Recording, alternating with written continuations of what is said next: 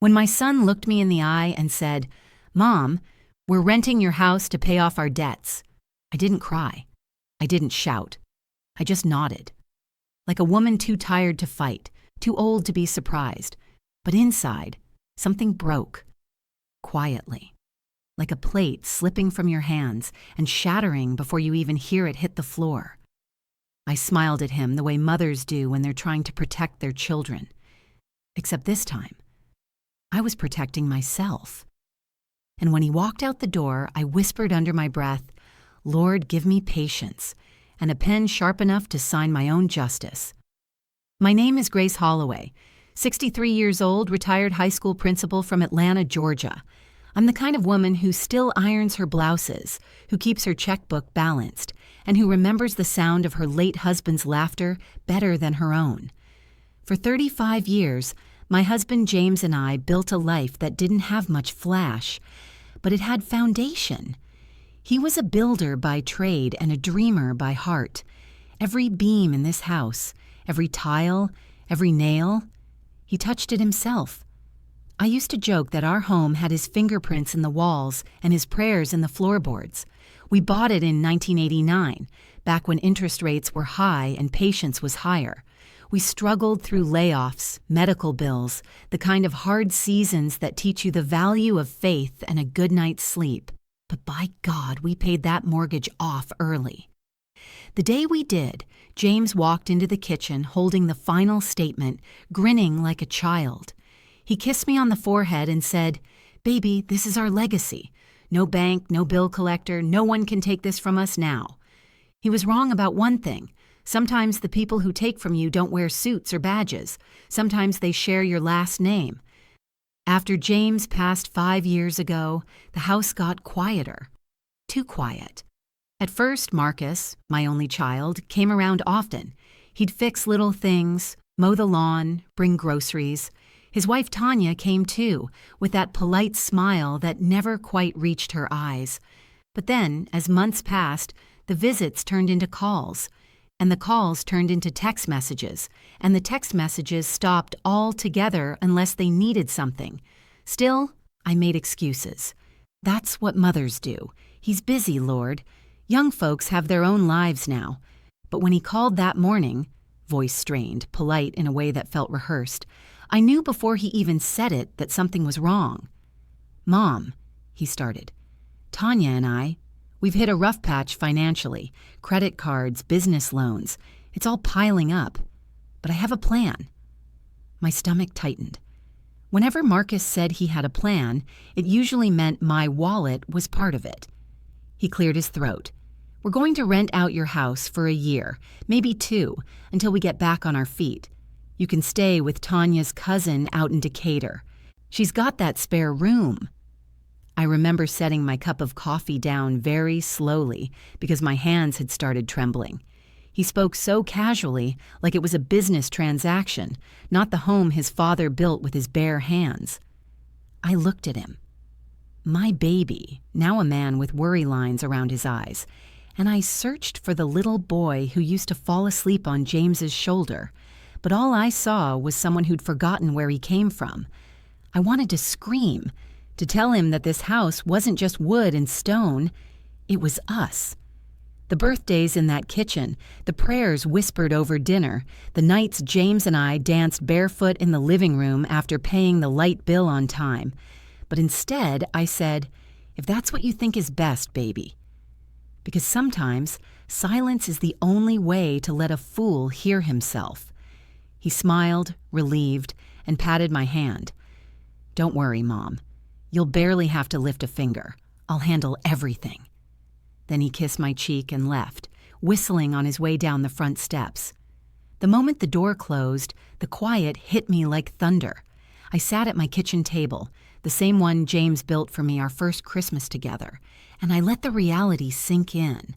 My son, the boy I worked 2 jobs to send to college, had just told me I was being moved out of my own home like old furniture. I thought about the last time I'd seen James in this kitchen, sick but still joking, telling me to keep the lights low so I wouldn't see his tired eyes. He'd said, "Grace, promise me one thing. Don't let anybody treat you like you're in the way. You earned your peace. And now, sitting in that same chair, I realized I'd broken that promise. That night, I opened the drawer where I kept old papers and bills. Tucked between tax returns and insurance forms was the deed. Crisp, official, and clear. Grace Holloway, sole owner, no co-signers, no liens, no Marcus. I ran my finger over my name like it was the first time I'd ever seen it. Then I whispered to the empty room, "You picked the wrong woman to underestimate, baby." The next morning, I made my bed, packed a small suitcase, and called an old friend, Mr. Caldwell, James's former business partner. He'd gone gray since I last saw him, but his voice was still steady as ever. When I told him what Marcus had said, there was a long pause. Then he sighed. "Grace, I think it's time we remind your son who actually owns that house." I looked out the window at the magnolia tree James planted the year Marcus was born. Its branches swayed gently in the spring air, and for the first time in months, I smiled. Not a bitter smile, a calm one. The kind that says, I'm not done yet, because I wasn't. Not by a long shot. Sleep didn't come that night. Every time I closed my eyes, I saw James's face. The way he'd smile even when the world was falling apart. The way he'd rest his rough hand on mine and say, "You're my peace, Grace." But that night, my peace was gone.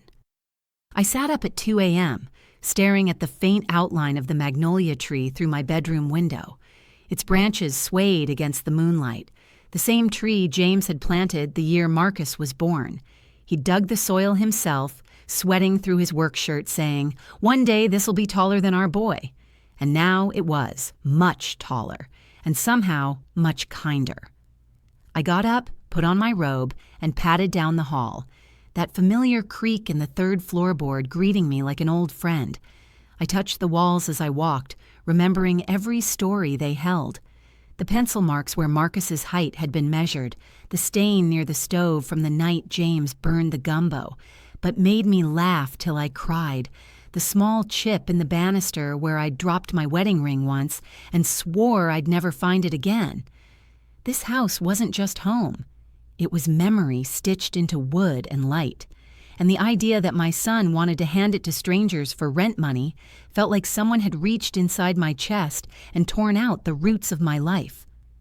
I sat at the kitchen table until sunrise, a cup of coffee untouched, the house slowly brightening around me.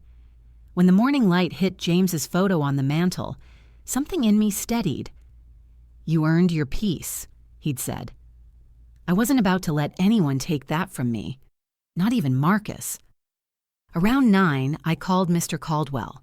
He'd been James's business partner for 20 years, the kind of man who spoke slow, chewed his words, and never missed a Sunday at church. When I told him I needed advice, he told me to come right over. His office smelled the same, like leather, coffee, and old paper. He still wore those half-moon glasses that always slid down his nose.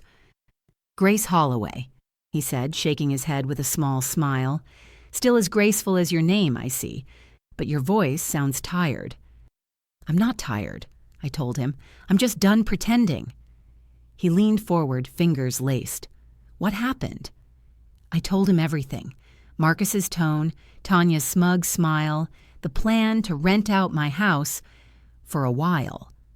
I told him how they spoke to me like I was an obstacle instead of their mother. He listened without interrupting, just nodding slowly like a man watching a storm roll in.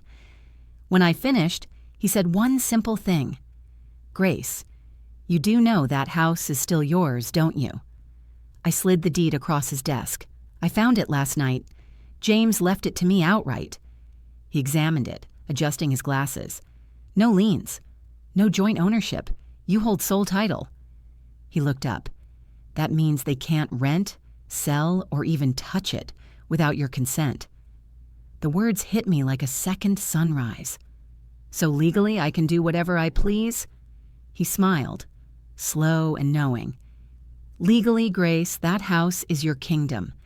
And if someone tries to sit on your throne, you have every right to remind them who the queen is." I laughed. A real laugh, the kind that had been buried deep under grief and disappointment. Then I think it's time I start acting like one.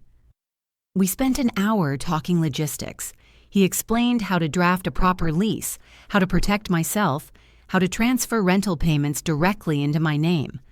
When I told him Marcus was already showing the property to potential tenants, his eyebrows rose. "Then let him keep going," he said. "Let him bring them in, and when it's time to sign, you hand them the papers, the right papers." The more he spoke, the more the fog in my head began to lift. It wasn't revenge I wanted. It was correction. My son had forgotten who built the house that sheltered him. He'd forgotten the hands that kept the lights on and the fridge full, and I was going to remind him. As I left Mr. Caldwell's office, he called after me, "Grace, you know you're doing the right thing, right?" I turned back with a soft smile. Maybe not the right thing for him, but the right thing for me. When I got home, the house felt different. Not heavy, not sad, alive. Like it was standing a little taller beside me. Maybe James was right. The walls do remember who loves them. I made a pot of gumbo that night, just like I used to. Not for Marcus or Tanya, but for me. And as I sat at the table alone, I whispered, "I might have raised a man, Lord, but I'm still the woman who raised him." That meant something, and it wasn't for sale. Marcus showed up the next morning like he'd been blessed by the business angels. He was grinning, dressed in that same sports jacket he'd worn when he got his first job offer after college. Tanya followed behind, clicking across my hardwood floors in heels too high for morning. "Mom," he said brightly, "I've got great news. We found tenants already. A nice couple with a baby. Stable jobs, clean record. They'll sign next week." I smiled politely. "That's nice, baby. You've been working hard." Inside, my pulse was calm. The kind of calm that comes when you know something the other person doesn't. Tanya gave the house a slow look, her gaze sliding over the photos, the curtains, the old clock that still ticked in the corner. "You know, Grace, once the renters move in, we'll probably repaint. Maybe remove this old wallpaper, make it more modern." I looked at her, really looked at her, and realized she didn't see me or my home. She saw opportunity. So I smiled and said, "Do what you think is best, dear." That was the moment she relaxed, thinking I'd given up, and that was the moment I decided to stop being the quiet mother and start being the woman James fell in love with, the one who didn't back down from anyone. Later that afternoon, while they were measuring windows and talking about profit, margins, I went upstairs and pulled out my small notebook, the one where I'd written down every detail Mr. Caldwell had explained. Lease agreement, payment routing, registration, everything in my name. When I came back down, they were laughing, taking photos like new homeowners. "Smile, Mom," Tanya said, her phone raised. "We'll send you updates once you're settled in Decatur." Settled. As if I was being relocated, not replaced. "Make sure you send me the renters' names," I said gently. "You know how I like to keep records." Marcus chuckled. "Always so organized, Mom. Don't worry, I'll handle everything." I smiled back. "Oh, I'm counting on it." That evening, after they left, I called Mr. Caldwell again. "I'll need those lease forms tomorrow," I told him. He hesitated. "You're moving fast." "I've spent 63 years waiting for people to do right by me. I think I've waited long enough." He chuckled. "I'll have them ready by morning."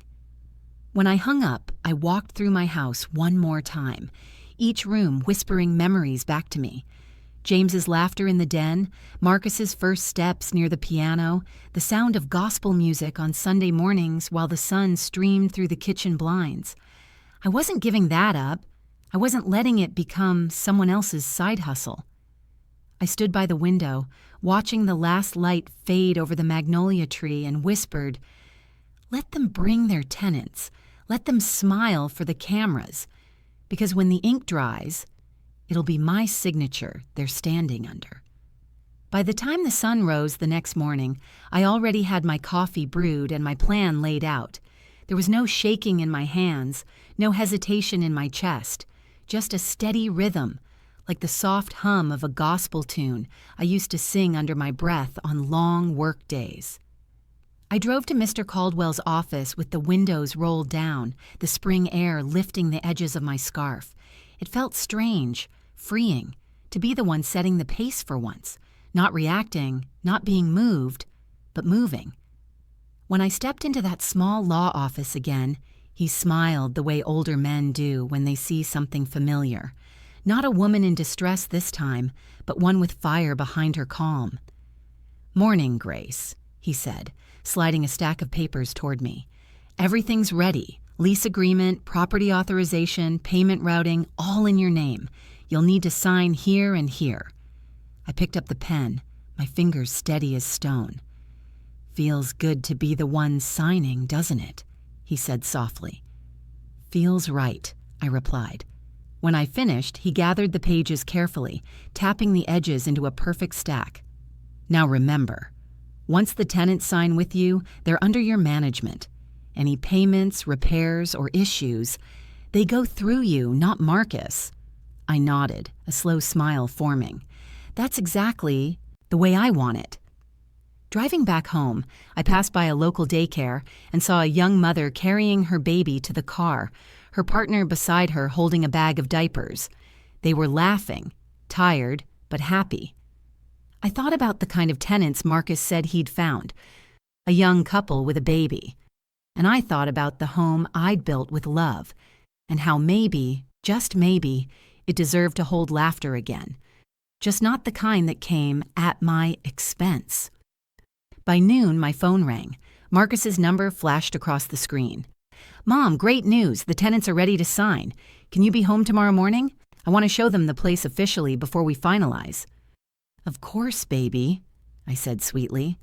"I'll have some lemonade ready." He laughed, relieved, thinking I was being supportive. But the only thing I'd be serving the next day was revelation. That night, I took out James's photo again. His smile still had that quiet mischief, that look he'd get whenever we'd outsmarted a problem together. "Looks like I'm still doing your kind of work, James," I whispered. I poured myself a small glass of sweet tea, took a sip, and stared out the window at our magnolia tree, now heavy with blossoms.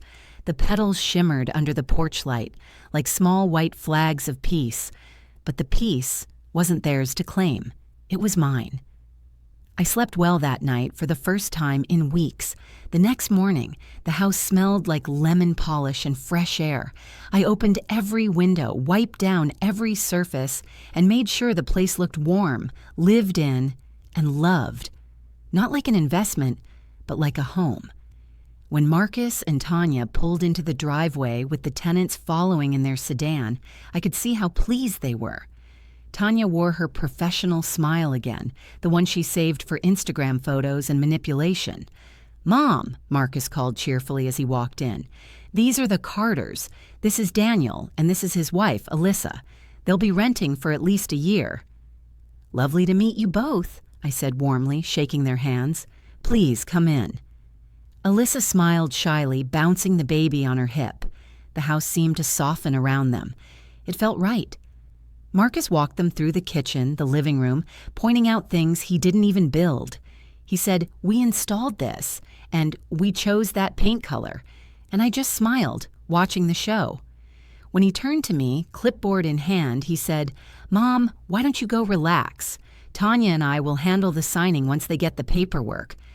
I leaned on the counter and said calmly, "Actually, baby, I'll take it from here." Tanya blinked. "What do you mean?" I reached into my purse and pulled out the folder Mr. Caldwell had prepared. "Mr. and Mrs. Carter, I have your lease right here. Everything's ready for you to sign. Rent will be sent directly to my account, and I'll take care of maintenance and inspections personally." Marcus froze mid-step. "Mom, what lease?" "The one that makes this home officially mine to rent," I said gently. "You remember, the home your father built, the one still under my name."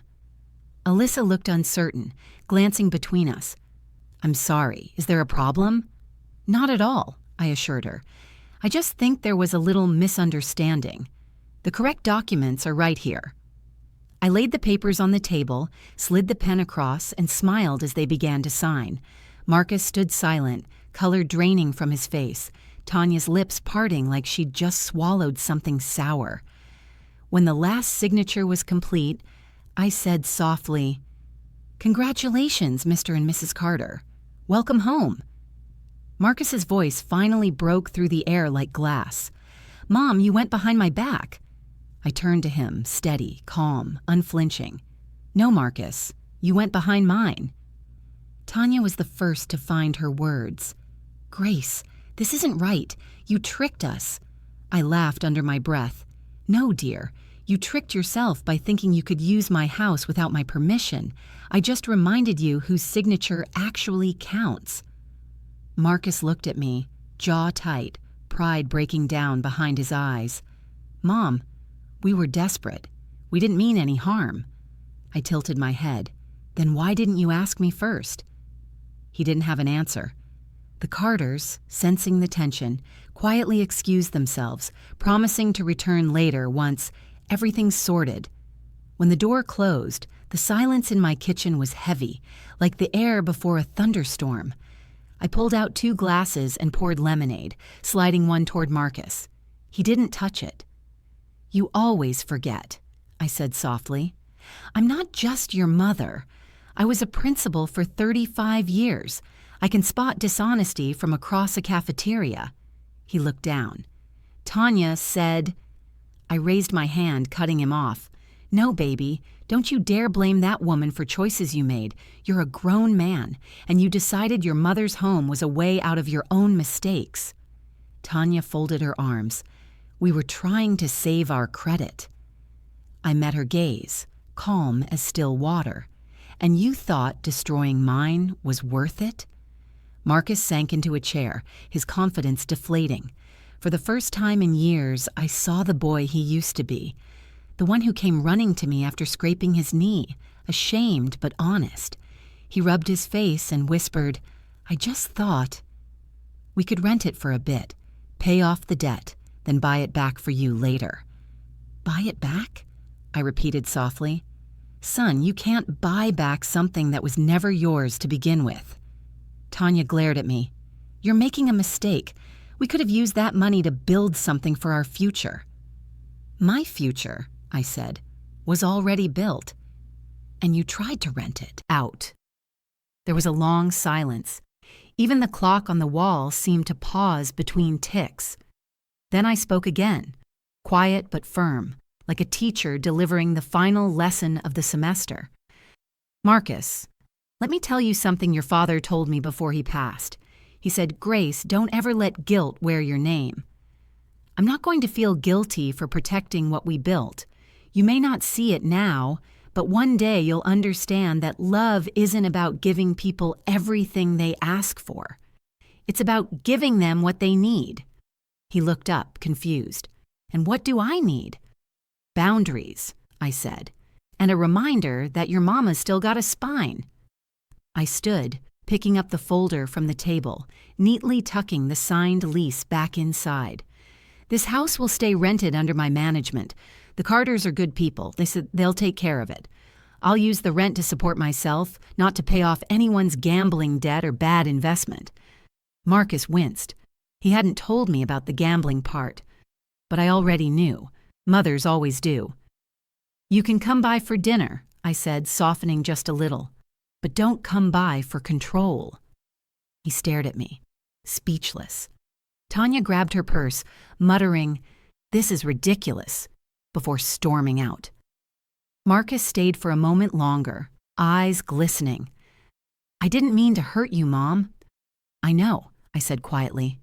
"But you did, and now it's time you learned the cost."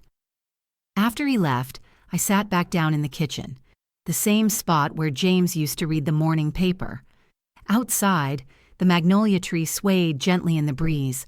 The air felt lighter somehow, freer. I whispered to the empty chair beside me, "You'd be proud of me, James. I didn't shout. I didn't break. I just remembered who I was." And maybe that was enough. For 3 days after that confrontation, the house felt strange, like it was breathing differently. No voices echoing up the stairs, no footsteps pacing between rooms, no Tanya humming some pop tune she barely knew the words to, just peace. And for the first time in years, I let that peace fill every corner. I spent those mornings the way I used to when James was alive.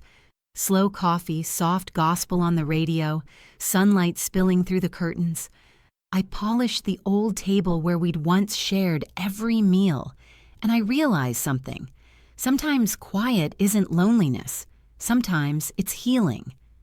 Marcus didn't call, and that was fine with me. On the 4th morning, the doorbell rang. It was Mr. and Mrs. Carter, the tenants, standing on my porch with fresh flowers and a baby wrapped in a soft yellow blanket.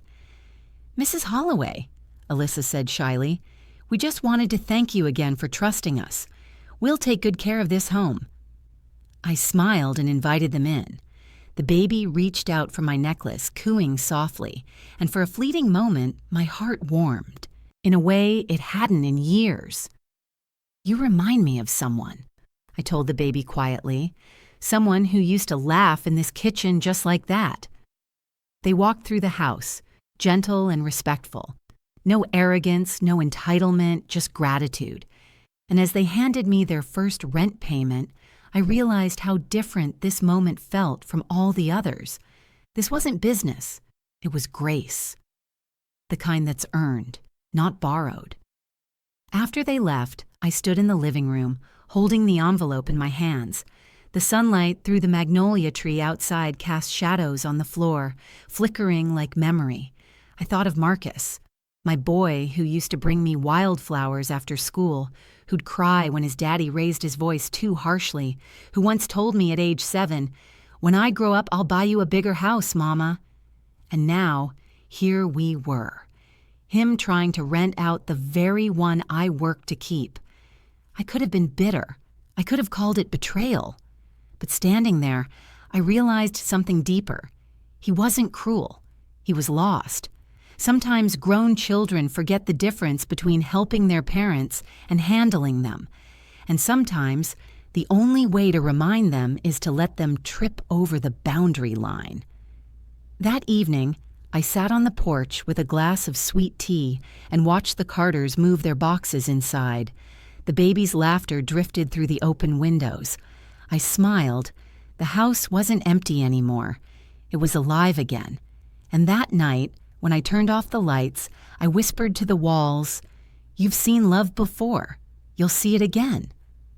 The next day, I visited Mr. Caldwell to bring him the good news. He looked over the finalized paperwork and nodded with satisfaction. "Everything's in perfect order, Grace. Payments are yours. Lease is legal, and your son can't touch a dime of it." I chuckled softly. "I'm not after punishment, you know. Just peace." He smiled. "Peace is just justice without noise." I sat back in the chair and felt tears rise behind my eyes. Not sad tears, but something gentler. For the first time in a long while, I felt like myself again. When I got home that afternoon, I passed by the mirror in the hallway and stopped. My reflection looked different. Not younger, not softer. Stronger, like the woman James used to call his lioness. "You still here, baby?" I murmured to his reflection behind mine. "Guess I finally learned to roar again." The following week, Marcus showed up unannounced. No Tanya this time, just him, standing at the edge of the porch like a boy caught sneaking cookies before dinner. He had that same nervous look he used to wear when he'd come home with a bad report card. I stepped outside, folding my arms. He hesitated, then said quietly, "Can we talk, Mom?" I nodded toward the porch chairs. "Sit down, I was just about to make tea." He waited until I returned, his eyes tracing the garden like he was seeing it for the first time in years. The same rosebush he planted with his father when he was 9, still blooming despite everything. "I came to apologize," he said finally. "I shouldn't have handled things the way I did." I didn't answer right away. I just stirred the sugar in my tea slowly, letting his words sit in the air between us. "Go on," I said softly. He exhaled. "We were drowning, Mom. Bills, credit cards, loans. Tanya thought if we rented the house, it'd give us time to fix things. I should have known better. I should have remembered." He broke off, shaking his head. "This house isn't just property. It's you. It's Dad. It's everything you worked for." I looked at him for a long time. The lines on his forehead, the tiredness behind his eyes, the same stubborn jaw his father had. He was my child no matter how old or foolish, and though part of me still ached from the betrayal, another part, the mother part, still wanted to heal him. "Marcus," I said quietly, "you can lose money and still find your way back. But when you lose respect, it takes more than money to earn it again." He nodded, eyes lowered. "I know, Mama, and I want to fix that." "You can start," I said, "by remembering that your parents' sacrifices weren't a down payment on your future. They were a gift. You don't sell a gift. You honor it." He swallowed hard. "I don't deserve your forgiveness." "No," I said softly, "but I'm giving it to you anyway, because I don't want to carry this weight forever." We sat there in silence, the kind that only mothers and sons can share, half love, half lesson. The magnolia tree swayed in the breeze, petals drifting down like tiny white prayers. "You were right, you know," he said after a while. "About what?" "About peace. You earned it." I smiled faintly. "And you earned a reminder." He chuckled, the sound awkward but genuine. Then, in a voice small and boyish, he asked, "Do you think Dad would have handled it like you did?" I turned to him, remembering James's patience, his steadiness, his unshakable fairness. "No," I said, "your daddy would have handled it faster, but he'd have been proud of how I did." Marcus laughed, wiping his eyes. "You always were the tougher one. Someone had to be." Before he left, he stood at the edge of the porch again, staring up at the house. "I'll make it right, Mom. I promise." "I know you will," I said. "Just remember, this house doesn't need saving, but you do." He nodded, tears glinting in his eyes. Then he got in his car and drove away, the tires crunching softly against the gravel. I watched until he disappeared down the street, then looked back at my house, the windows glowing in the late afternoon light. A baby's laughter drifted faintly through the open windows. The Carter's baby, safe and loved. And I thought to myself, "James, look at what we built, still standing, still full of life." That night, as I sat by my bedroom window, I finally understood what legacy really meant. It wasn't about property or money. It was about endurance, about raising something, or someone, strong enough to survive the storms. "I taught him one more lesson," I whispered into the quiet, "and maybe this time, it'll stick." After Marcus drove away that afternoon, I didn't cry. Not because there wasn't pain. There was. It just sat in a quieter place, the kind that doesn't need tears anymore. I walked back inside, closed the door gently, and stood for a moment in the stillness of my home. The late sunlight poured through the lace curtains, catching on the dust in the air, little golden flecks dancing like they had their own kind of joy. It hit me then. I didn't just protect my home, I reclaimed myself. For years, I had lived in spaces that shrank for other people's comfort, always softening my tone, shrinking my needs, swallowing my hurt so no one else had to feel it. But this time, I chose me, and that choice felt holy. The days that followed were simple, but good. The Carters settled in beautifully. Daniel was handy, just like James had been. He fixed the loose screen door without being asked and trimmed the hedges around the porch. Alyssa baked sweet potato pies that filled the house with cinnamon and butter, and she always brought me one. Their baby, little Naomi, laughed every time I peeked into her stroller. I found myself stopping by just to say hello, sometimes helping Alyssa fold baby clothes while she told me about her job at the library. It didn't feel like I'd rented my home. It felt like I'd shared it, the right way. Sometimes, as I'd sit on the porch with my tea, I'd hear Naomi giggle inside and I'd smile to myself. That sound, that light, had returned to my house, not through my son, through Grace. One evening, as the sky turned coral and purple, I felt James's presence stronger than ever. I could almost hear him teasing, "You handled that better than I would have, baby. I'd have sent that boy packing with a lecture and a half." I laughed quietly. "I didn't need to raise my voice, James. The truth spoke loud enough."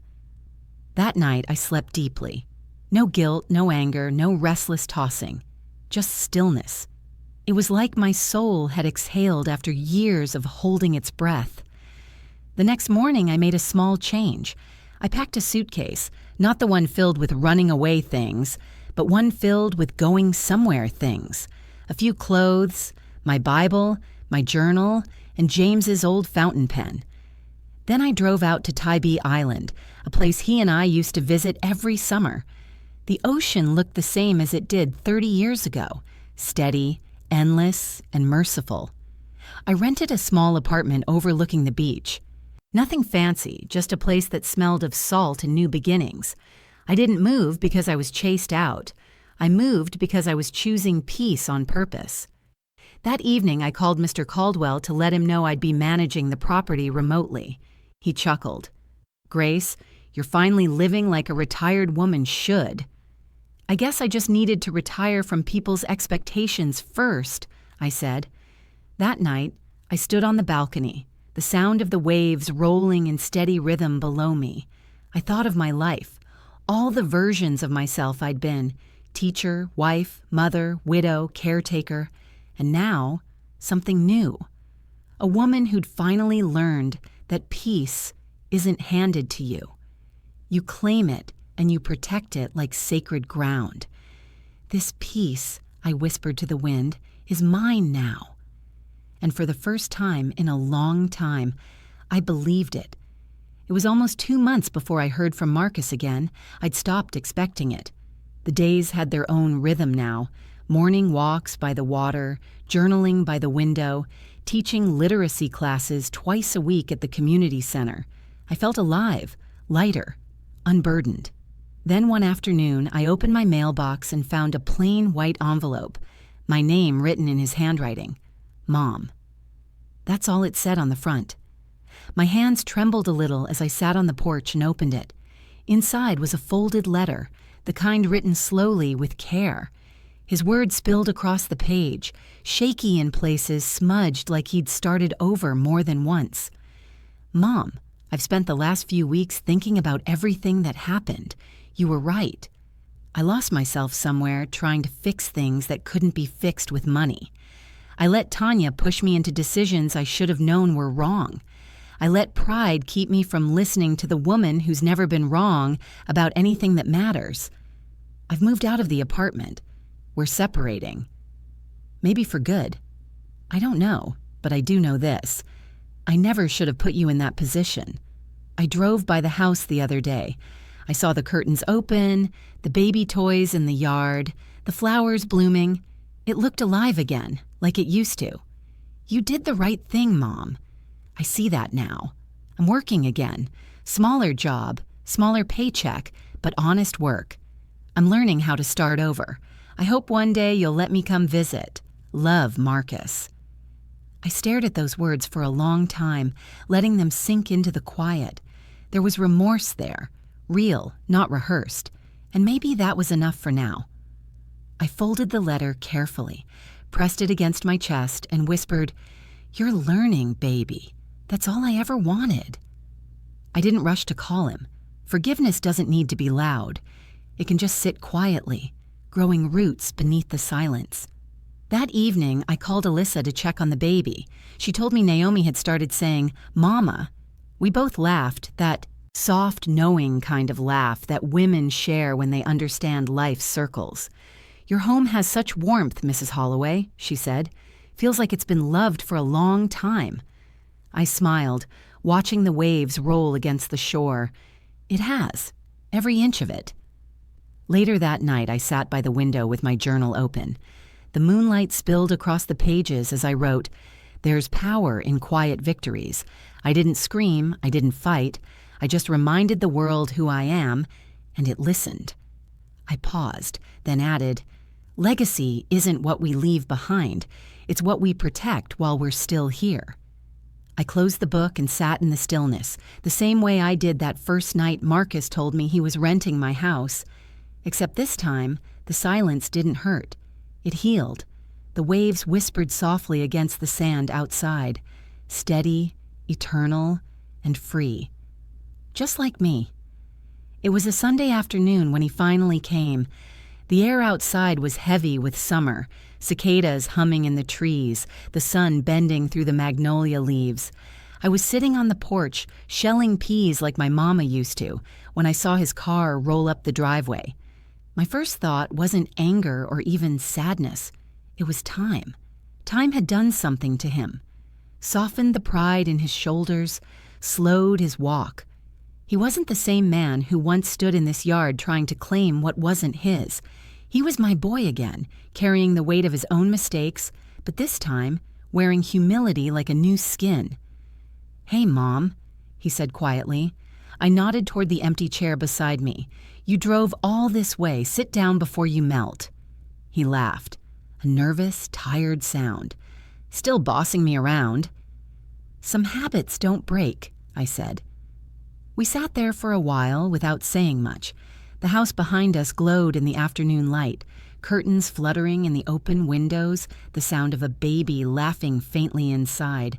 He followed the sound with his eyes, and I could see the memory hit him. The echo of his own childhood laughter in those same rooms. "They seem like good people," he said softly. "They are," I replied. "They take care of the house. They respect it. You found the right ones." "No, baby," I said. "God did. I just stopped getting in his way." He smiled faintly, then sighed. "I read somewhere that when you lose everything, you find out what matters most. I guess that's true." I looked at him over my glasses. "And what did you lose?" He met my eyes. "Myself, for a while." He pulled something from his pocket, a small velvet pouch. "I brought this back," he said, placing it in my palm. I opened it slowly.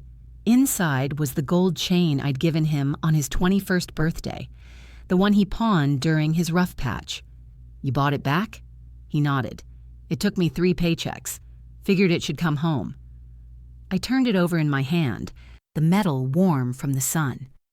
"Marcus," I whispered, "you don't know what this means to me." He smiled, but his eyes were wet. "I do, Mom. That's why I came. Not just to give it back, but to come home." I looked at him, really looked, and for the first time in a long while, I didn't see the man who'd hurt me. I saw the man trying to heal himself. We sat there until the shadows stretched long across the yard. He told me about the new job. Steady, nothing fancy, but honest work. He was living in a small apartment, paying bills on time, cooking for himself. He said he'd started going to church again. Said he sits in the back row most Sundays, listening more than talking. "You sound like your father," I said, smiling. "He always said a quiet man hears more than he speaks." Guess I finally learned that. The air was still for a long moment. Then he said, "You know, Mom, when you handed those tenants that contract that day, I hated you for it. I thought you embarrassed me." I nodded slowly. "And now?" He smiled sadly. "Now I think you saved me from becoming someone I wouldn't have recognized." There was a stillness between us that wasn't uncomfortable anymore. It was full, like silence had turned into understanding. I reached over and took his hand, the same hand that once fit inside mine, like a secret. "Marcus, I never wanted to humiliate you. I just needed you to remember who I am and who you were raised to be." "I know that now," he said. "I didn't want revenge. I just wanted to be seen.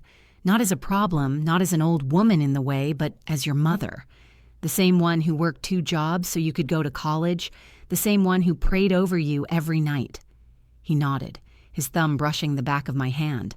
"You're more than my mother," he said softly. "You're my reminder." The sun was setting when he stood to leave. He hugged me, really hugged me, the way he used to when he was a boy, arms tight, heart to heart. "Come by again soon," I said. "I make gumbo on Sundays." He smiled. "You still use Dad's recipe?" "Every time." As he walked down the porch steps, I called out, "Marcus!" He turned.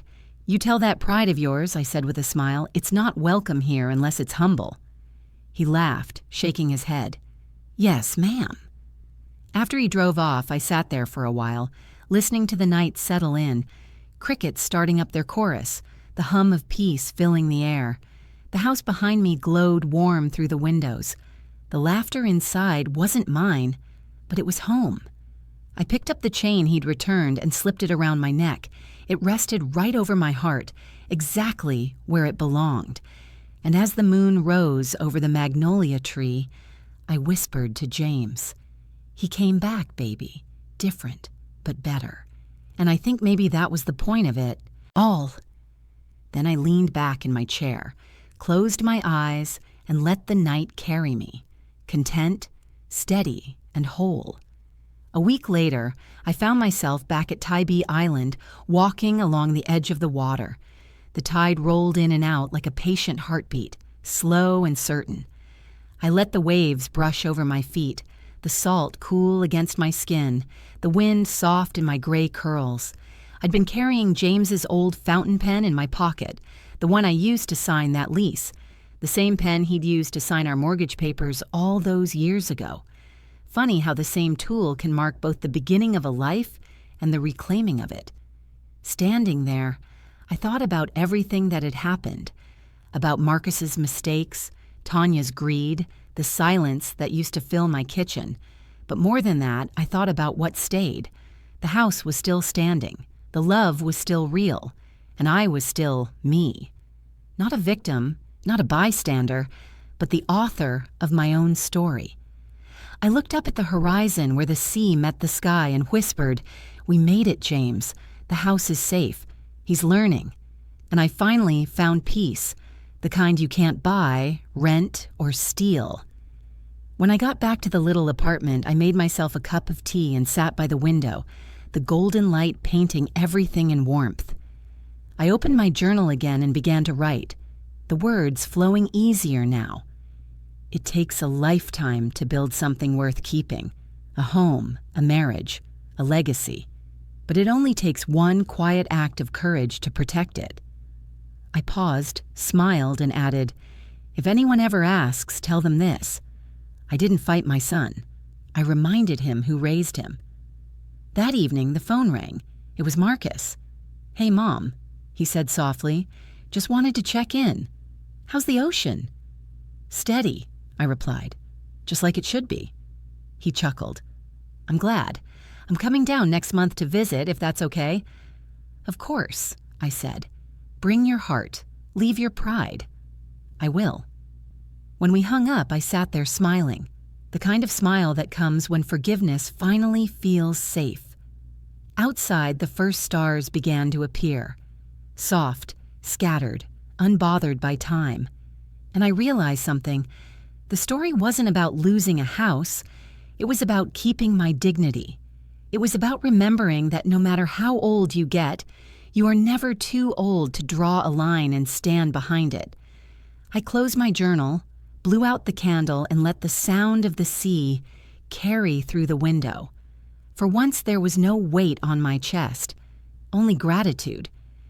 "This is my legacy," I whispered. "Not the walls or the roof, but the strength it took to defend them." Then I smiled, that quiet knowing smile that only comes after a storm, and let the night hold me, peaceful, free, finally home. Marcus came back 1 month later, early on a warm Saturday morning when the sea was quiet and the air smelled like salt and magnolias. I was on my balcony, coffee steaming beside me, when I saw him walking up the boardwalk, paper bag in hand, and that uncertain smile I'd once known so well. "Morning, Mom," he said softly. "Morning," I replied. "You came early." He held up the bag. "Peach cobbler, still warm." I smiled. "Then you can stay." He sat across from me. The silence between us wasn't heavy anymore. It was calm, like the ocean before sunrise. We watched the waves roll in and out, the rhythm steady, forgiving. "I stopped by the house," he said finally. "The Carters were outside. They said you check in now and then." "I do, just to make sure it still feels like home." He nodded. "It does. They said the baby started walking." "She did. Laughs all the time, too. Fills those rooms with joy again." He looked down, eyes wet. "I wanted to thank you. Not for the house, for everything. For stopping me before I lost more than money." I didn't say anything, just reached across the table and took his hand. "Marcus," I said softly, "I didn't do it to punish you. I did it to protect you from yourself, and to protect what your father and I built." He nodded. "I understand now. I thought legacy was about what you leave behind. Turns out it's about what you protect while you're still here." I smiled. "You sound like your daddy." He laughed. "Guess I finally listened to both of you." For a while, we just sat there. Him sipping coffee, me pretending not to notice how often he glanced toward the water. He looked lighter. Older, but lighter. That kind of weight only drops when pride finally sets itself down. "You know," he said, "I used to think you embarrassed me that day in front of the tenants." I chuckled. "And now?" He smiled faintly. "Now I think you saved me from becoming someone I wouldn't have recognized." That made me pause. I hadn't realized until that moment how much I'd wanted to hear those words. Not for validation, but for closure, for the confirmation that all the silence, all the restraint, had meant something. He leaned back and sighed. "Tanya and we're not together anymore." "I figured," I said. "Some people are lessons, not lifetimes." He smiled sadly. "Yeah, I'm working again. Steady job, nothing special, but honest." "Good. Honest work builds honest men." He nodded. "You were right about that, too." He reached into his pocket and handed me a small velvet pouch. "What's this?" "Open it." Inside was the gold chain I'd given him on his 21st birthday, the one he'd pawned when things got bad. "You got it back?" He nodded. "Took 3 paychecks, but it belongs with you." I turned it in my hands, the gold catching the sunlight. "You didn't have to." "I did," he said. "It's a reminder of what I almost lost." We talked until the light shifted and the tide started climbing back in. When he finally stood to leave, he hesitated at the top of the steps. "I'll be back soon, Mom. Maybe next month." "I'll make gumbo," I said. "Bring your appetite, and leave your pride at the door." He grinned. "Always do." As he walked down toward the sand, the wind caught his shirt and lifted it just a little, like it wanted to carry him forward. I watched him go, feeling something settle inside me. Not pride, not even relief, just peace. Later that evening, I walked along the water alone. The sky was soft pink, the ocean humming its low, endless song.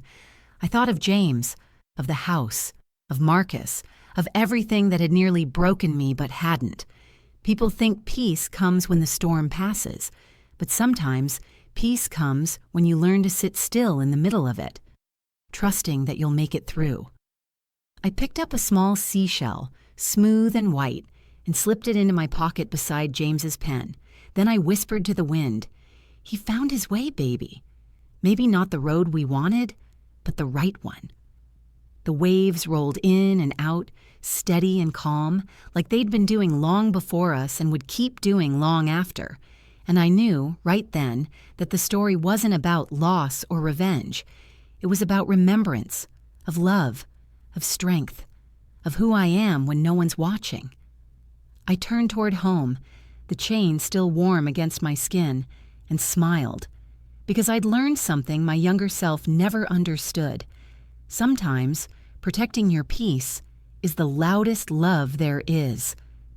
The next morning, I woke to the sound of gulls and sunlight spilling through my curtains.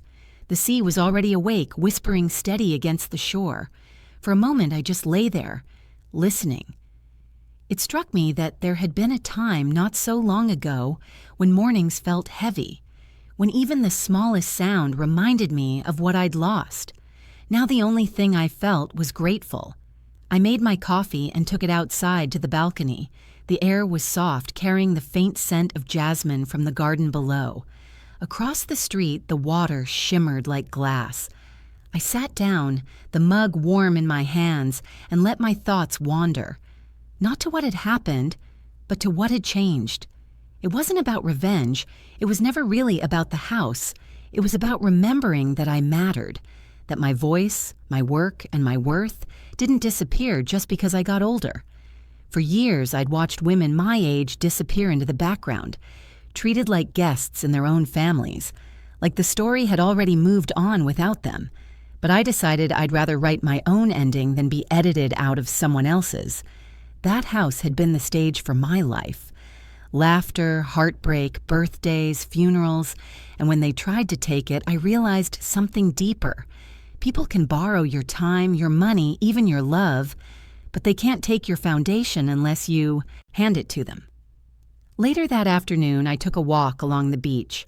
Families were out, children building castles in the sand that the tide would soon reclaim.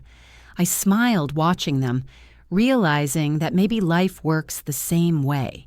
You build, you lose, you build again. But if you build with love, something always remains, even after the waves take the rest. I stopped near the waterline and looked back at my footprints. They were already fading, washed clean by the tide. And yet, I wasn't sad, because I knew the truth now. You don't have to leave marks for proof. You just have to leave peace. When the sun began to set, I sat on a weathered bench facing the horizon, the sky melting into gold and rose. I took out my journal, its pages nearly full, and wrote one final line. In the end, I didn't lose a son. I raised a man who had to lose his way to remember mine. I closed the book gently.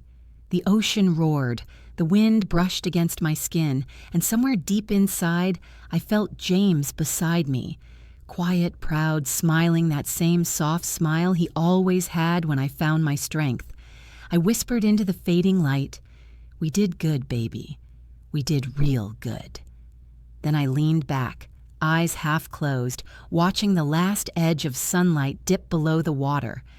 And I thought to myself, I'm not the woman they almost moved out.